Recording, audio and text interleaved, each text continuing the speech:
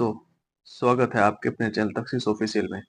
आज हम लोग पढ़ेंगे क्लास 6 का चैप्टर नंबर 3 या एनसीईआरटी बुक 2024 का है। जिसमें हम लोग पढ़ेंगे पहली बूंद नामक कविता। इस कविता में बरसात के दिनों में होने वाली चीजें, बारिश से होने वाले फायदे और बारिश होने के बाद ये धरती कैसी दिखती है, किस तरह से लगती है और बारिश में कौन कौन से प्राणी अधिक खुश होते हैं, ये सारी चीजें इस कविता के माध्यम से हम लोग जानेंगे। तो चलिए बिना देरी किए हुए शुरू करते हैं कविता का पहले लाइन से।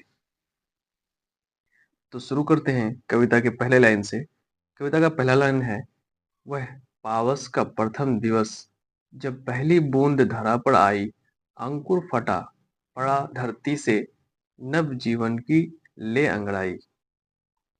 कवि कह रहा है कि वह पावस का प्रथम दिवस, पावस का मतलब होता है बरसात, बारिश।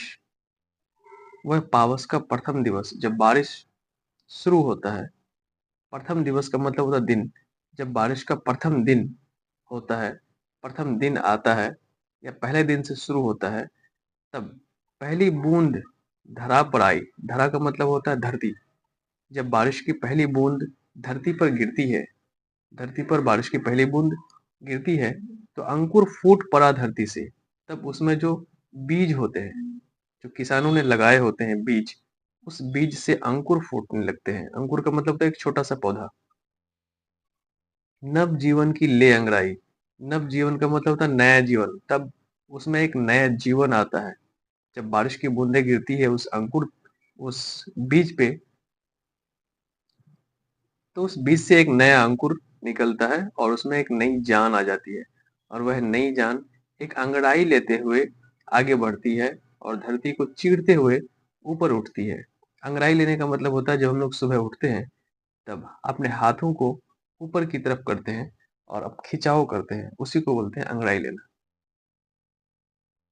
अब चलते हैं कविता के दूसरे पंक्ति की तरफ।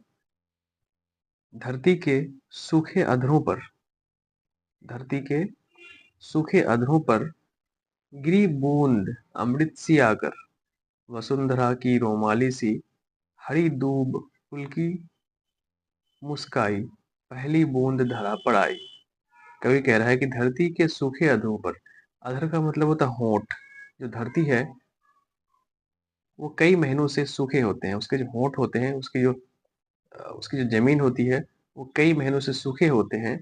इसलिए कवि कह रहा है कि धरती के सूखे अधरों पर, धरती के जो अधर हैं, धरती के जो होंठ हैं, वो बिल्कुल सूखे हुए हैं, बिल्कुल सूखे पड़े हैं। जब उसमें बारिश की पहली बूंद गिरती है तो वह अमृत की तरह होता है। अमृत का मतलब होता है ऐसी ऐसा द्रव्य जब पीने के बाद अमर हो जाता है, उसको बोलते हैं अमृत। अमृत की तरह लगता है। वसुंधरा की रोमाली सी, वसुंधरा की रोमाली सी, हरी बूंद, हरी दूब फूल की मुस्काई, पहली बूंद धरा पड़ाई। वसुंधरा, वसुंधरा का मतलब होता है पृथ्वी। पृथ्वी की रोमाली सी, रोम, पृथ्वी के रोम कौन से होते हैं? पृथ्वी के रोम होते हैं हरे हरे घास जो दूब के तरह होते हैं, उसको रोम बोलते हैं। जैसे मनुष्य के रोम होते हैं, छोटे छोटे लोम जो होते हैं उसको बोलते हैं रोम। तो उसी तरह से पृथ्वी के ऊपर जो हरी हरी घास होती है, हरी हरी जो दूब होती है, उसी को बोलते हैं, उसी को बोलते हैं रोमाली। तो वसुंधरा की रोमाली सी, हरी दूब फूल की मुस्काई, और उसमें जब बारिश की बूंदें गिरती है तो वह मुस्कुराने लगते हैं, उसमें एक नई जान आ जाती है, वह फिर से हरे भरे हो जाते हैं। पहली बूंद धरा पर आई, जब पहली बूंद बारिश की धरा पर, धरती पर गिरती है, तब उसमें से दूब घास जो है उसमें एक नई जान आ जाती है। आगे कवि कहते हैं कि आसमान में उड़ता सागर लगा बिजलियों के स्वर्णिम पर, आसमान में उड़ता सागर लगा बिजलियों के स्वर्णिम पर, बजा नगाड़े जगा रहे हैं बादल धरती की तरुणाई, पहली बूंद धरा पर आई। कवि कहते हैं कि आसमान से उड़ता सागर, आसमान से जो बादल जो होते हैं, बादल क्या करते हैं? बारिश करते हैं, और वह बारिश जो है वो सागर की तरह गिरते हैं। इसलिए कह रहा है कि आसमान में उड़ता सागर जो बादल होते हैं वो सागर की तरह होते हैं, वो उड़ते रहते हैं हमेशा। लगा बिजलियों के स्वर्णिम पर, और वह जब बारिश होती है तब उसमें बहुत ज्यादा आवाज होती है, बिजलियों की आवाज होती है। लगा बजा नगाड़े जा रहे हैं, उसकी आवाज जो होती है वो नगाड़े की तरह होती है। नगाड़ा जो है एक वाद्य यंत्र है, उस नगाड़े की तरह होती है। बादल धरती की तरुणाई, पहली बूंद धड़ा पर आई। जब बादल से पहली बूंद धरती पर गिरती है तो धरती जो होते हैं उसमें एक तरुणाई, एक नई जान आ जाती है। तरुणाई का मतलब है तरुण, तरुण का मतलब होता है युवा अवस्था। जब बहुत ज्यादा ऊर्जा होती है उसको बोलते हैं तरुण, युवा। जब बारिश की पहली बूंद धरती पर गिरती है तब धरती में एक नई जान आ जाती है और उसमें एक नयापन आ जाता है, एक तरुण आ जाता है, एक युवा अवस्था आ जाता है। इसलिए कवि कह रहा है कि बादल धरती की तरुणाई, पहली बूंद धड़ा पड़ाई। उसके बाद कवि कहते हैं कि नीले नयनों सा यह अंबर, काली पुतली से ये जलधर, करुणा विगलित अश्रु बहाकर, धरती की चिड़ प्यास बुझाकर, बूढ़ी धरती श्याम श्यामला, शस्य श्यामला, बनने को फिर से ललचाई, पहली बूंद धड़ा पड़ाई। कवि कहता है कि नीले नैनों सा यह अंबर, अंबर जो होते हैं, यानी कि अंबर का मतलब होता है आकाश। आकाश जो होते हैं वो एक नीले नैन के तरह होते हैं। नैन का मतलब होता है आंख, जिसकी आंख है नीली होती है, उसी के तरह ये आकाश जो होते हैं उसी के तरह, उसी के रंग के तरह होते हैं। काली पुतली से ये जलधर, और आंख में जो वो जो पुतली होती है उसी की तुलना यहाँ पर बादलों में जो बारिश की बूंदें होती है उस बारिश की बूंदों से की है कविता कवि ने, कि नीले नैनों सा यह अंबर, काली पुतली से ये जलधर। काली पुतली से ये जलधर, आंखों में जो पुतली होती है उसी से कवि ने तुलना किया है इस बादल में बरसात के बूंदों को। कह रहे कि करुणा विगलित अश्रु बहाकर, जब बारिश होती है तो ऐसा लगता है कि करुणा से, करुणा का मतलब होता है दया से, दया से वह क्या करते हैं, आंसू बहाते हैं, यानी कि बारिश करते हैं, और यह बारिश धरती पर आकर के गिरती है। धरती की चिर प्यास बुझाई, और जो धरती है वो कुछ महीने से प्यासे होते हैं, उस प्यास को बुझाने का काम कौन करता है, बारिश करता है। कह रहा है कि बूढ़ी धरती शस्य श्यामला, कुछ महीने से जब धरती प्यासी होती है तो वह बूढ़ी हो जाती है, उसके अंदर जान नहीं होता। जब बारिश की पहली बूंदें गिरती है तो उसके अंदर एक नई जान आ जाती है, नई ऊर्जा आ जाती है, और वह शस्य श्यामला की तरह, जिस तरह से श्याम कृष्ण जी अपने बचपन में नटखट करते थे और माखन चोरी करते थे, उसी तरह से एक धरती में नई जान आ जाती है और कृष्ण की तरह वो ये धरती भी इधर से उधर उछलती है, कूदती है। बनने को फिर से ललचाई, वह श्यामला, सस्य श्यामला मतलब कृष्ण की तरह वह बनना चाहता है ये धरती। पहली बूंद धरा पर आई, जब यह पहली बूंद धरती पर आती है तब धरती के मन में ये विचार आ जाते हैं। इस कविता को लिखा है गोपाल कृष्ण कौल ने। आगे गोपाल कृष्ण कौल के बारे में दिया हुआ है कि धरती के सूखे अधरों पर पहली बूंद गिरने पर अद्भुत दृश्य रचने वाले बाल साहित्यकार गोपाल कृष्ण कौल का जन्म हुआ था 1923 से 2007।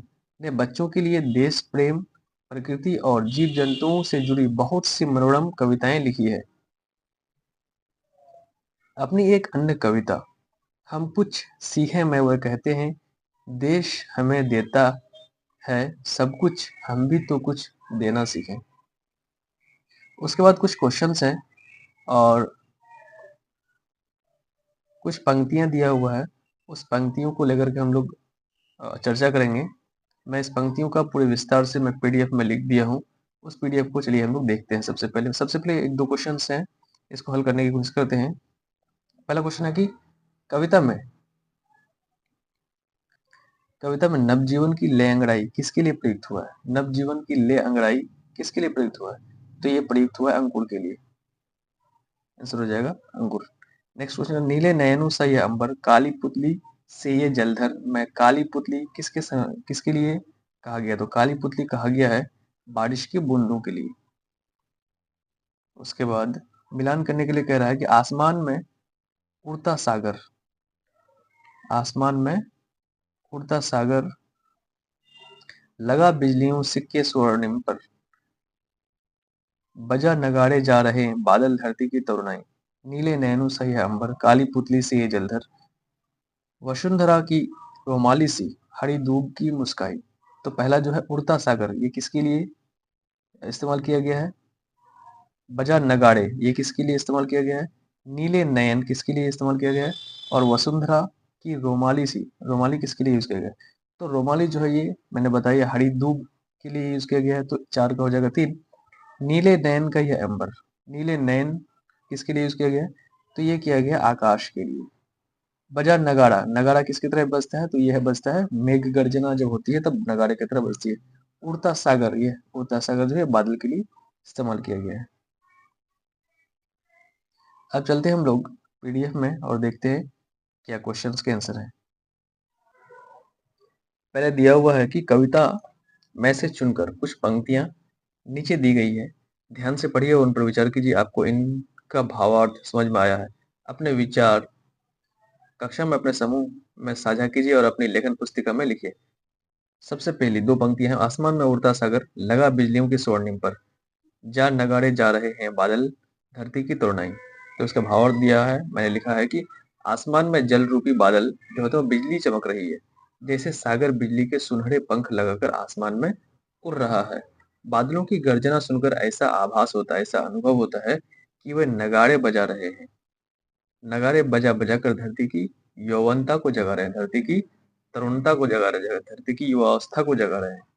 नेक्स्ट 2 पंक्तियां दिया हुआ है कि नील नयनों सा यह अंबर, काली पुतली से ये जलधर, करुणा विगलित अश्रु बहाकर, धरती की चिर प्यास बुझाकर। इसका भावार्थ लिखा हुआ है, नीला आसमान जो है वो नीली आंखों के समान है और काले बादल उन नीली नीली आंखों की काली पुतली के समान है। मानो ऐसा लगता है कि बादल धरती के दुख से दुखित होकर वर्षा रूपी आंसू बहा रहा है, इस पर अगर धरती की प्यास बुझ जाती है। उसके बाद 2 क्वेश्चन है कि बारिश की पहली बूंद से धरती का हर्ष कैसे प्रकट होता है? तो धरती के सूखे होंठ जो है वो बारिश की बूंद अमृत के समान गिरती है, मानो धरती, मानो वर्षा होने से बेजान और सूखी पड़ी धरती की नवीन जीवन मिल गया हो, इस प्रकार बारिश की पहली बूंद से धरती का हर्ष प्रकट होता है। उसके बाद लास्ट, कविता में आकाश और बादलों को किनके समान बताया है? तो प्रस्तुत कविता में नीले आकाश को नीली आंखों के समान और काले बादल को उन नीली आंखों की काली पुतली के समान बताया है। तो ये रहा क्लास 6 का चैप्टर जो था पहली बूंद।